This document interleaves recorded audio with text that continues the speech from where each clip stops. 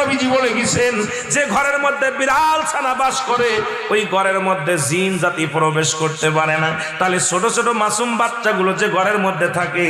মুসলমান অনেক সময় জিনের আশ্রয় পড়ে যায়, অনেক সময় জিনে আসর করে, ওই ঘরের মধ্যে জিনে আসর করে যে ঘরের মধ্যে